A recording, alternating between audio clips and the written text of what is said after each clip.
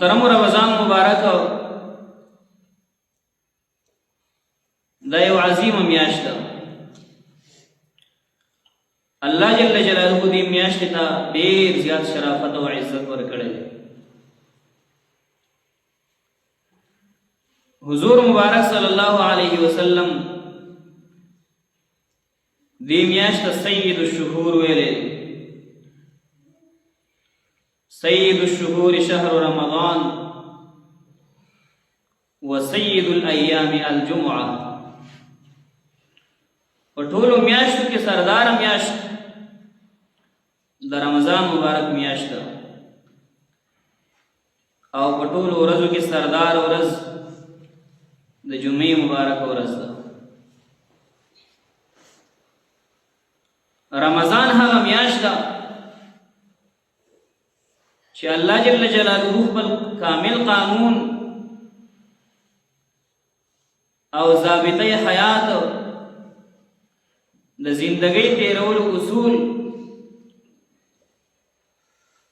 او آخری کتاب چې قرآن مجید دی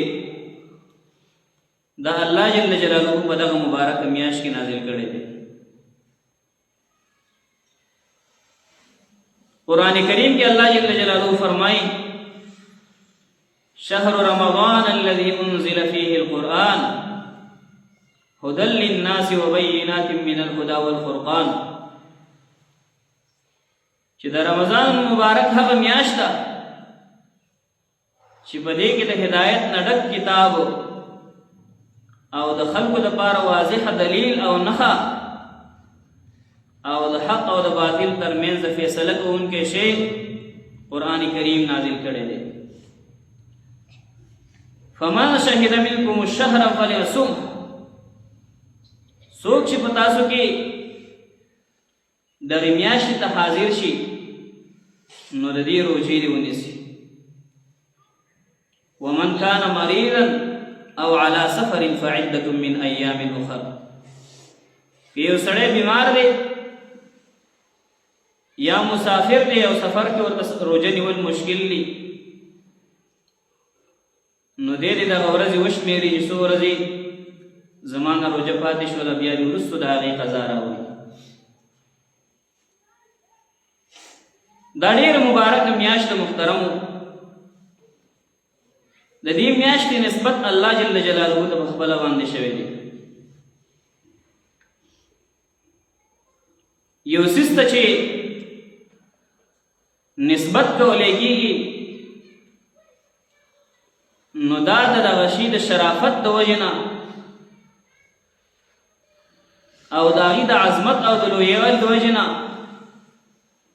دغه مضاف چې دی د کوم شي چې اضافت کېږي او نسبت کېږي هغه شی هم هغه شانتې مشرف او معزز او د عظمت والا ګرځېږي. لکه څرنګه چې بیت الله د الله تعالی کور نو د دې بیت چې الله تعالی ته اضافت او نسبت وشو نو دا د نورو ټولو کورونو نه او د نورو ټولو خانو نه یو جدا خانه شوه او دې ته یو امتیازي شان او امتیازي حیثیت ورکړی شو چې د دې الله تعالی ته نسبت شوی دی. نو دا به په ټولو کورونو کې انتهایی درجه معزز او ډېر د عظمت والا کوري. دقه رنګې په احادیثو مبارکو کې حضور مبارک صلی الله علیه وسلم فرمایي شهر رمضان شهر الله. د رمضان میاشت چې ده دا د الله تعالی میاشت ده. نو چې د کومې میاشتې الله تعالی ته نسبت وشي هغه میاشت به ولې په ټولو میاشتو کې د ټولو نه زیاته بهتره او د ټولو نه زیاته د عظمت او د ثوابونو دي. د دې میاشتې روژې چې دي په هغې کې الله جل جلاله ډېر زیات ثوابونه ډېر زیات خیرونه او برکتونه ایښودي دي. حضور مبارک صلی الله علیه وسلم فرمایي لو يعلم العباد ما رمضان. که دې بندګانو ته پته دی چې دا رمضان مبارک څه شی دی لتمنت امتی ان تكون السنه كلها، نو زما دی امت بدا تمنا کولې چې کاش په دې ټول کال کې د رمضان مبارک روزې وي، یعنی دا ټول کال مونږ روزې نیولې او دا ثوابونه راته حاصلېدلې. دومره لوی خیرونه پکې الله جل جلاله فریخي.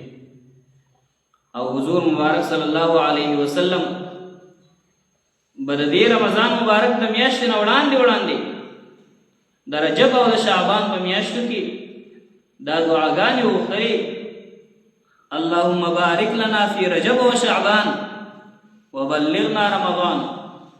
اے الله زمونږ دپاره په رجب او په شعبان کې برکت واچي او مونږ رمضان مبارک ته ورسوي. د هغې حقیقت نبي پاک صلی الله علیه وسلم ته معلوم چې په رمضان مبارک کې څومره خیرونه پراته دي، په رمضان مبارک کې څومره برکتونه پراته دي. په یو روزه باندې الله جل جلاله انسان ته څومره لوی انعامات ورکوي. د هغې د وجې نه به حضور مبارک صلی الله علیه وسلم دغې میاشتو د رسېدلو دپاره دعاګانې غوښتلې. شعبان د میاشتې په آخرۍ ورځ باندې حضور مبارک صلی الله علیه وسلم صحابه کرامو ته یو خطبه او تقریر فرمایو. د حضرت سلمان فارسی رضی الله تعالی عنہ نه دغه روایت مروي دی چې حضور مبارک صلی الله علیه وسلم فرمایل چې الله تعالی په تاسو باندې یو داسې میاشت راوستې ده چې د هغې د ورځې روزې الله جل جلاله فرض کړي دي او د هغې په شپو کې قیام اللیل یعنی تراویح الله جل جلاله مسنون ګرځولي دي. په دغه میاشت کې یو نفل عمل د فرض برابر دی او یو فرض عمل د اویاو فرض برابر دی. بیا حضور مبارک صلی الله علیه وسلم فرمایل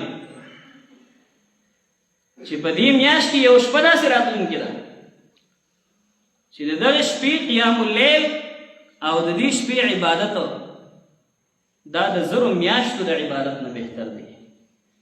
یعنی د لیلة القدر شپه هغې ته حضور مبارک صلی الله علیه وسلم اشاره وکړه. بیا یې وفرمایل دا د صبر میاشت ده او د صبر بدله جنت ده او دا د مواسات او د یو بل سره د خیرخواهۍ میاشت ده. په دې کې تاسو د یو بل سره ښه سلوک کوئ، د غریبانانو د یتیمانانو د کونډو د هغې خیال کوئ. چونکې چې په تاسو باندې په خپله لوږه تېره شي، په تاسو باندې په خپله تنده تېره شي، نو تاسو ته به د غریبانانو د لوږې او د تندې احساس وشي. ځکه حضور مبارک صلی الله علیه وسلم فرمایل چې دا شهر المواسات ده، دا د یو بل سره د خیرخواهۍ او د یو بل سره د ښه سلوک او د احسان میاشت ده. او په دې میاشت کې الله جل جلاله د انسانانو په رزق کې برکت ږدي. مونږ تاسو ګورو په عام ورځو کې چېرته مونږ ته یو سالن یا دوه پراته وي او چې کله د رمضان مبارک ماښام وي نو بیا مونږ تاسو ته دسترخوان ډک پروت وي، الوخ هم څوک شمېرلی نه شي. دا د الله جل جلاله د طرف نه وسعت دی او په رزق کې برکت دی په دغه میاشت کې. او حضور مبارک صلی الله علیه وسلم فرمایل چې څوک په دې میاشت کې د یو روزهدار افطاري وکړي، یعنی هغې ته د ماښام د روژه ماتي دپاره خوراک مهیا کړي، نو الله جل جلاله به د دې د وجې نه دغه انسان مغفرت او بخشش وکړي او د دې د وجې نه به الله جل جلاله دې انسان ته د یو غلام ازادولو ثواب ورکړي. او بل دې روژهدار ته چې په خپله روژه باندې کوم ثواب میلاوېدو هغومره ثواب به دې افطاري ورکوونکي ته الله جل جلاله ورکړي او د دغه روژهدار د خپل ثواب نه به څه کمی نه کېږي. صحابه کرامو عرض وکړو د الله رسوله په موږ کې خو هر یو دا طاقت نه لري چې چا له افطاري وکړي او په چا باندې روژه ماتې وکړي. نو حضور مبارک صلی الله علیه وسلم وفرمایل دا په ډکه خېټه باندې خوراک خورولو د هغې ثواب نه دی، بلکې دا یو چاته د شودو د یو ګوټ ورکولو، یو کجوري ورکولو او د اوبو د یو ګوټ ورکولو ثواب دی. دومره مبارکه میاشت الله جل جلاله موږ او تاسو باندې راوستي. محترم الله جل جلاله دې موږ او تاسو دغه میاشت ته ورسوي او الله پاک دې موږ او تاسو ته د دغه میاشت د روژو د حق ادا کولو توفیق را نصیب کړي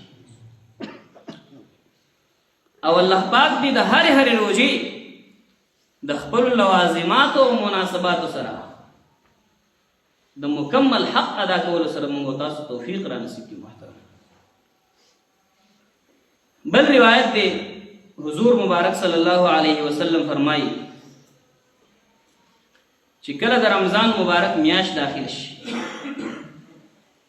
نو د جنت دروازې کولاو شي او د جهنم دروازې بند شي او شیطانان چې دی هغه وتړلی شي. د جنت دروازې کولاو شي د دې مطلب دا دی چې انسانانو ته الله جل جلاله داسې توفیق د نیک اعمال ورکوي چې هغه نیک اعمال د ده قبلیږي او د ده د جنت د تللو سبب جوړیږي. او د جهنم د دروازو د بندېدلو مطلب دا دی چې انسانانو ته الله جل جلاله د ګناه نه د بچاو توفیق او د هغې اسباب مهیا کوي چې د هغې د وجې نه د انسان د ګناهونو نه محفوظ پاتې کېږي او د جهنم د اور نه پې ځان محفوظ ساتي. او شیطانان بندولی کېږي د دې څه مطلب دی؟ نو انسان چې په عامو اوقاتو کې د شیطان د ولولو د وجې نه او د شیطان د وسوسې ور اچولو د وجې نه د ګمراهۍ د ګناهونو او د سرکشۍ شکار کېږي د هغې نه الله جل جلاله د دې انسان حفاظت کوي. نو دلته یو اعتراض دا راځي چې د روژې په میاشت کې هم موږ ګناهونه کوو نو بیا څنګه شیطانان تړلی کېږي؟ نو د هغې علما کرام په مختلفو طریقو باندې جوابونه ورکوي. یو جواب خدا دی چې انسان ته د انسان خلاف چې کوم دشمن دی شیطان هغه په دې 11 میاشتو کې په دې انسان باندې چې کوم محنت کړی دی او د انسان یې د ګناهونو عادي جوړ کړی دی او دلې چې کوم نفس تیار کړی دی هغه نفس د شیطان نائب شي او دا انسان په ګناهونو باندې راړی.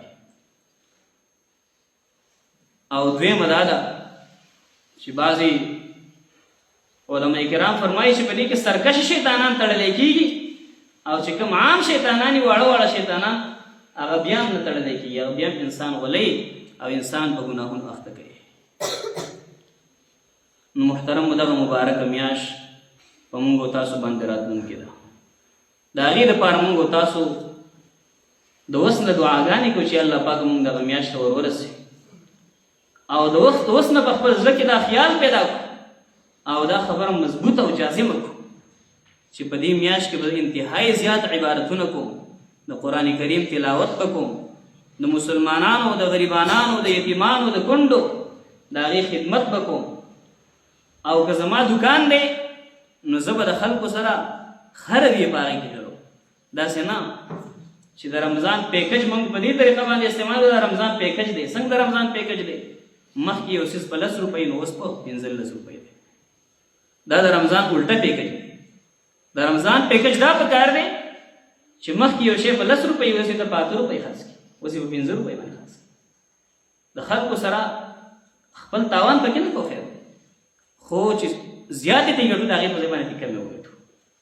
موږ او تاسو په دې وخت کې بیا خپلې چړې تیزې کړو او تېرې کړو او چې څومره رانه کېدلی شي نو د غریبو او د یتیمانانو او د نورو عامو مسلمانانو د هغې په حقوقو کې موږ ډېر زیات د هغې تلافي کوو.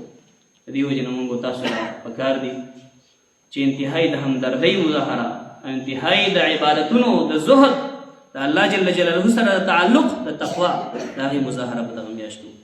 الله دې زموږ